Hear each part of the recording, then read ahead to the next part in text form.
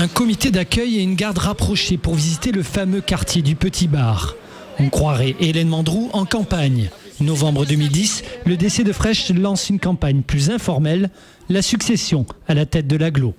Hélène Mandroux, qui n'y serait pas contre, ne cache pas son plaisir de découvrir l'avancée des travaux de son projet de rénovation urbaine d'un quartier du Petit Bar laissé à l'abandon pendant des années. Donc, là, ça fait combien de logements là?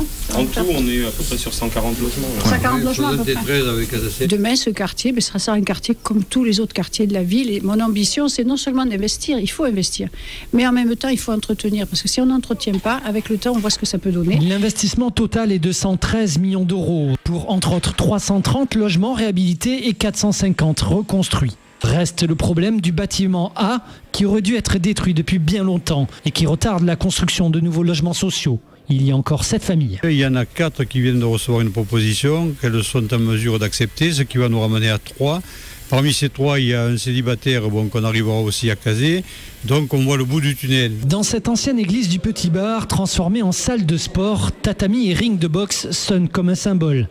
Pour succéder à Fresh, il y aura forcément un combat entre Jean-Pierre Moore, qui assure l'intérim, et Hélène Mandroux.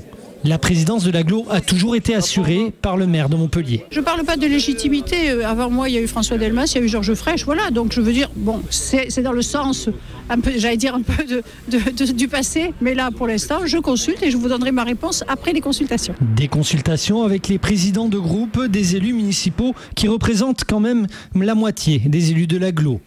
On devrait connaître le nouveau président de Montpellier Agglomération d'ici 1 mois et demi, en tout cas bien avant la fin du chantier du Petit Bar.